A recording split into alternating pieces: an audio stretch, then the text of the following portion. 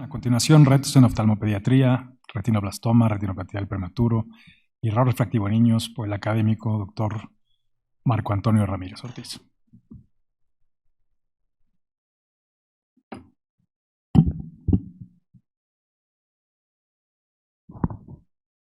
Muchas gracias por la invitación. Un honor estar nuevamente aquí en la Academia de Medicina en este día tan importante. No tengo ningún conflicto de interés y yo les voy a hablar acerca de la ceguera en niños, que pues muy importante considerarla porque estos niños o adolescentes pronto se convertirán en adultos y las repercusiones sociales y económicas van a sumarse a toda la serie de enfermedades que ya se han descrito en esta plática. Se calcula que aproximadamente 1.4, 1.5 millones de niños en el mundo están ciegos y 3/4 partes viven en países en vías del desarrollo, especialmente en África y en Asia, pero también en América Latina. Y la mitad de este número puede ser evitable. Es simplemente para recordar las definiciones de la Clasificación Internacional de Enfermedades en su 11ª revisión del 2018, donde define ceguera como agudeza visual menor de 20/400 en el ojo sano y discapacidad visual grave menor de 20/200. Existen muchas enfermedades en este rango de edad. Algunas son prevenibles y otras tratables. Las prevenibles, por ejemplo, pueden ser cicatrices y lesiones corneales, que en algunos casos es por deficiencia de vitamina A, TORCH, teratógenos, factores perinatales, traumas, consanguineidad, pero también hay varias tratables y en primer lugar encontramos la retinopatía del prematuro, las cataratas congénitas y del desarrollo, los errores refractivos que cada vez identificamos como una causa más importante de discapacidad visual, glaucoma y alteraciones corneales. Hay muchos estudios. Yo encontré uno muy interesante que se hizo en Estados Unidos. Hicieron un análisis de la base de datos IRIS y encontraron una serie de datos interesantísimo en más de 81,000 niños que revisaron. En primer lugar, la causa más importante se localiza en retina, en segundo lugar en nervio óptico y en otras partes del globo ocular y en tercer lugar en el cristalino. Y si lo hablamos por números, la retinopatía del prematuro la encontraron como la causa principal, en segundo lugar catarata, en tercer lugar glaucoma, cuarto lugar desprendimientos de retina no asociados a la prematurez, quinto lugar ambliopía y afaquia, que están muy relacionadas, porque cuando dejamos un niño áfaco, aunque le pongamos lente intraocular o lente de contacto, las posibilidades de que desarrollen ambliopías y ambliopía severa son muy altas. Queratoconos, cicatrices corneales, coriretinitis, retinoblastoma y uveitis son muy raras, pero también están consideradas. En México encontré dos estudios muy interesantes. Uno se realizó en el IMO en el 2019 y ellos analizaron las causas en escuelas para niños y débiles visuales en ese estado y en primer lugar encontraron, igual que en Estados Unidos, la retinopatía del prematuro entre los estudiantes, en segundo lugar la catarata, en tercer lugar ya alteraciones congénitas genéticas como la amaurosis congénita de Leber, hipoplasia en nervio óptico, también retinoblastoma, desprendimiento de retina congénito, glaucoma por aniridia, en fin, alteraciones que ya no son tan tratables como las 3 o 4 primeras. En Guadalajara también se hizo un estudio muy interesante por la doctora Cepeda y ella encontró igual la retinopatía del prematuro en primer lugar y alteraciones de cristalino y glaucoma en segundo y tercer lugar. Hay que considerar que un niño no tiene que tener impedimento visual grave o ceguera para tener muchas dificultades en la escuela y en el ámbito social. ya se ha demostrado que cuando tienen una agudeza visual menor de 20-50, la escuela les cuesta mucho trabajo y hay que hacer intervenciones, como por ejemplo notificar a la escuela que se le asigne un lugar cercano al pizarrón o incluso recomendar libros de macrotipo, como lo voy a mencionar más adelante. Si tomamos en cuenta este nivel de agudeza visual, los errores refractivos estarían en primer lugar, segundo lugar la retinopatía del prematuro y en tercer lugar las cataratas congénitas y del desarrollo. Vamos a hablar en primer lugar de la retinopatía del prematuro.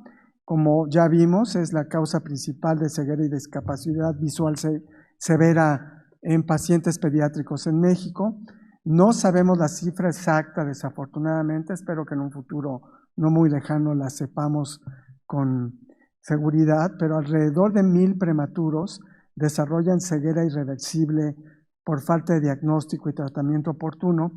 Y esto, a pesar de todos los esfuerzos que se han hecho desde hace años por colegas que tienen un mérito impresionante, como el doctor De la Fuente, el doctor Luis Porfirio Orozco y la doctora Luz Consuelo Cepeda, que han tratado de organizar incluso centros regionales para que puedan ser tratados estos niños a tiempo, pero no ha sido suficiente. En segundo lugar, las cataratas infantiles, congénitas y del desarrollo, y la doctora Gilbert establece que hacer una restauración visual en un solo paciente con catarata congénita o del desarrollo, en un niño, es equivalente a recuperar la visión por cataratas en 10 adultos mayores. Entonces, muy importante su identificación temprana, porque las cataratas congénitas, si no me dejarán mentir mis colegas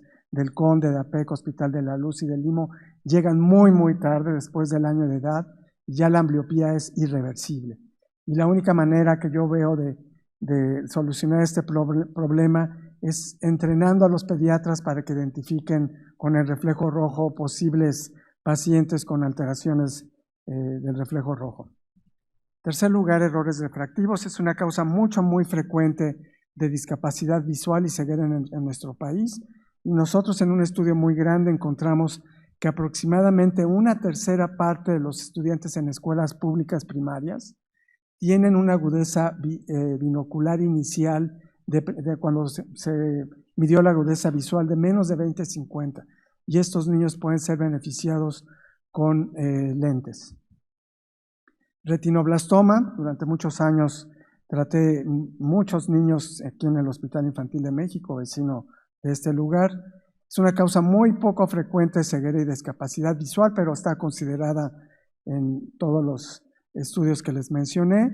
El diagnóstico es tardío, entonces nuevamente vamos a lo mismo. Hay que intensificar nuestro entrenamiento en pediatras porque ellos son los que reciben a los niños, no nosotros como oftalmólogos. Y tenemos otro reto que se ha agudizado todavía más en recientes años, los recursos muy limitados en hospitales públicos.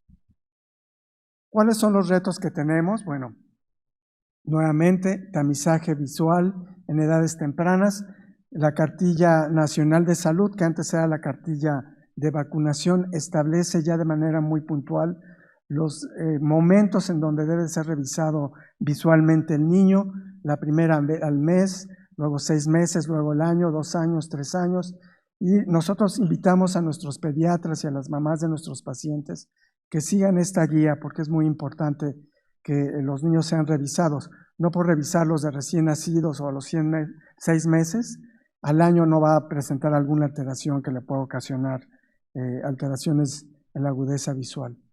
También necesitamos estudios nacionales basados en población, no nada más en escuelas para niños ciegos y débiles visuales, sobre discapacidad visual para identificar lo más exacto posible el número de pacientes que necesitan estos apoyos. Las escuelas para ciegos y débiles visuales en todo el país, ustedes saben, son muy escasas y tenemos ese reto. Luego no sabemos a dónde mandar a los niños de Oaxaca o de la península de Yucatán. Aquí tenemos, Cadivi, que hace un trabajo impresionante, igual la escuela de Viena en Coyoacán, Aquí en medio pueden ver los libros de macrotipo que a partir de 2050 son muy recomendables, son gratuitos, son idénticos a los de la SEP ordinarios y eso ayudan al niño a estar al mismo nivel que sus compañeros sin necesidad de tener cosas muy costosas como lupas que muchas veces no pueden comprar los papás. Y otro de los retos muy importantes es cómo vamos a hacer para que un niño o un adolescente que ya es ciego o débil visual se integre a la sociedad. Aquí les presento 3 pacientes míos que desafortunadamente perdieron la vista de ambos ojos.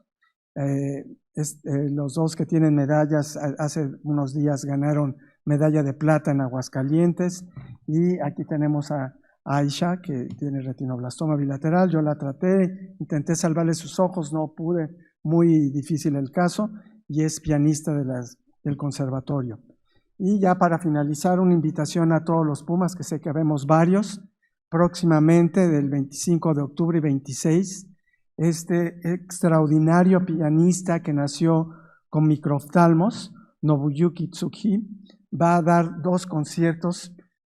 Allá nos vemos para todos aquellos que quieran acompañarnos. Muchas gracias.